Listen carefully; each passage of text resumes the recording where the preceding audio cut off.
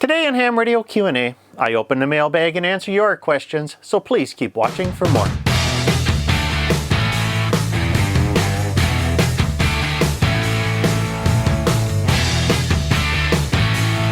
Hi, I'm Michael, KB9VBR, your host for Ham Radio Q&A. I'm on a mission to inspire and educate the amateur radio community, so if this is your first time watching, please consider hitting that subscribe button. Well, now that it's August, we're about 2/3 through the summer.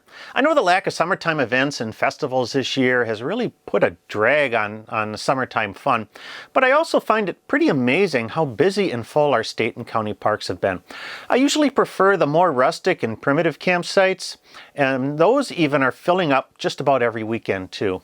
Fortunately, with our little trailer, we're quite self-contained, so we can go out and enjoy the outdoors while at the same time we're limiting our exposure. But on that vein, my recent video on my Parks on the Air activation of Amnican Falls State Park in northern Wisconsin is a great example of that. I had a few questions come out of my recent Parks on the Air activation. RW Gear asks, what logging software do you use? Well, I use pen and paper, especially when I'm not worried about duplicates or I know I'm going to be logging less than 50 or so contacts. Dragging a computer out into the field means that I have to worry about another piece of electronics to keep charged up and whatnot, and that's fine because that's what I did for my field day adventure. But something a little bit more casual and laid back, like Parks on the Air, paper works just fine for me. And after I return, I'll use a program called Fast Log Entry to create the ADIF file so I can upload the contacts to the Parks on the Air website. I'll put a link to Fast Log Entry in the video description below if you want to check it out. I received a few comments on how to find me when I'm on the air. If I'm activating a Parks on the Air entity, I'll spot myself on POTA.us, and that is if I have a data connection. Self-spotting on POTA.us is allowed. If I can't get an internet connection, then I'm going to have to rely on the good graces of someone else to spot for me.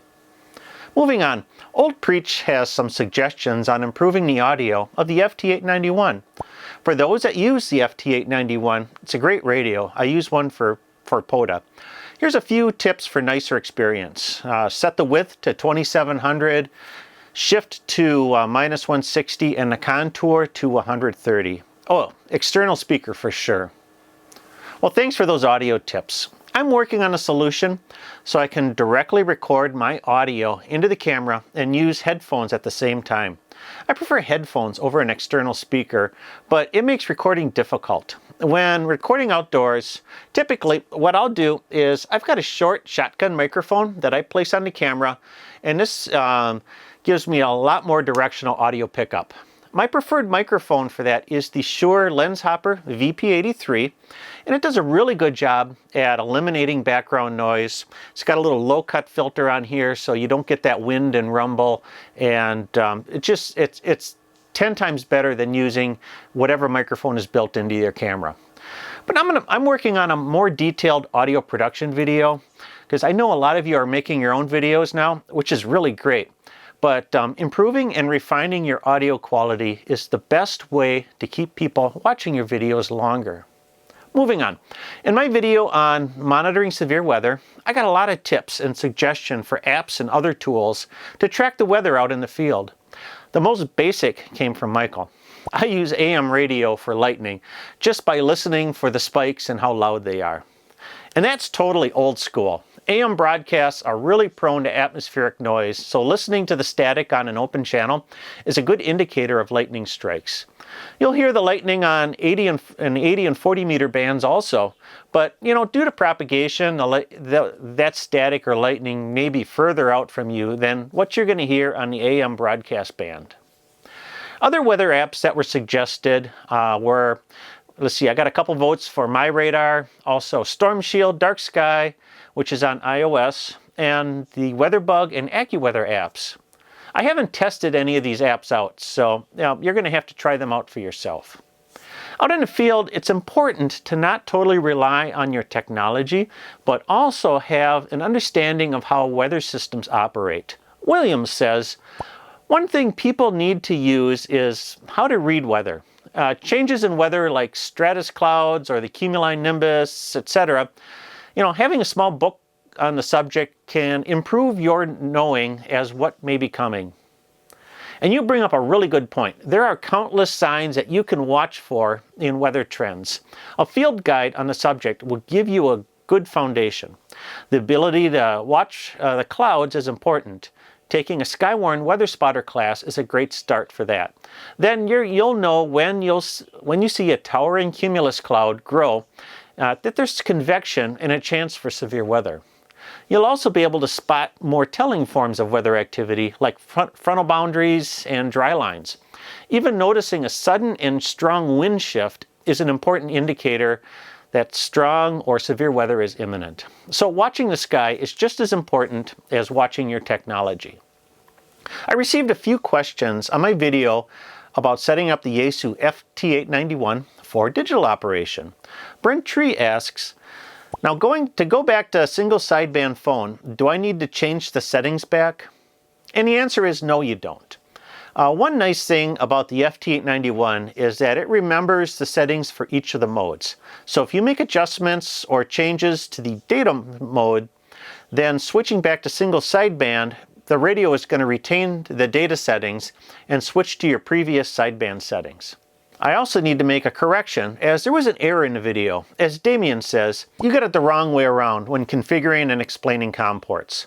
The standard COM port is the lower of the two, and that's the one for cat control. The second, or enhanced, is always the higher numbered of the two, and that's the one you use to set your push to talk to use RTS on the second port. Well, thanks for pointing that out. I had the enhanced and the standard port numbers mixed up in my script, but the video images are correct, so watching the video you'll still understand how to set those port numbers up. In my video on sending NTS radiograms, CJ asks a great question. Must a radiogram be funneled through an NTS net, or are individual stations authorized to handle traffic in this manner? Well, for the purpose of daily health and welfare updates when hiking in remote mountain locations, for instance, would some other or less formalized method be more appropriate? Well, the purpose of using the NTS or National Traffic System radiogram format is that it gives a standardized method of passing traffic from local to regional back to local nets. If your radio traffic or messages aren't destined to move to another net or pass through many hands, then you're welcome to use any method of passing that traffic. Also, any operator can use the NTS message format and pick up an NTS message if they wish. Or you can also use a similar incident command system message format if you are working in an ARES, RACES, or emergency communications net. As the process of filling out a message form, it creates a paper trail and a certain level of accountability. So that's why we like to use those message forms for emergency communication nets. But the process can be cumbersome and may not fit into a net that is passing short pieces of critical information. For example, a severe weather net. To take the time to draft an NTS message would be foolish, and there are better methods to pass that information. Now, I've got a video on Skywarn operation that talks about the LTCS, or location, time, condition, and station method of passing severe weather information. So, to answer the second half of your question, for daily health and welfare updates, a less formalized method of message sending may be more appropriate, especially if the message does not have to travel through more than one station. Finally, Mike asks a question about the Yaesu FT3DR.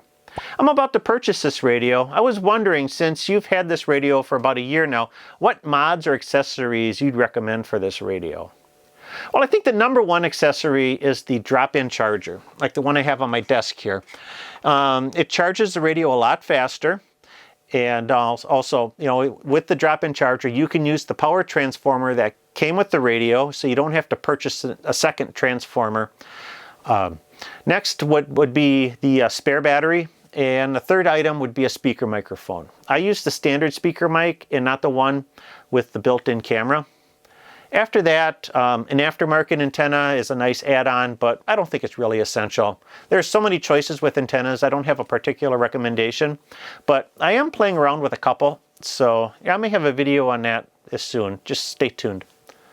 Well, that's it for this month's questions, but before we end, I have a couple of updates. First off, I'm planning on another Parks on the Air activation, so you can look forward to that.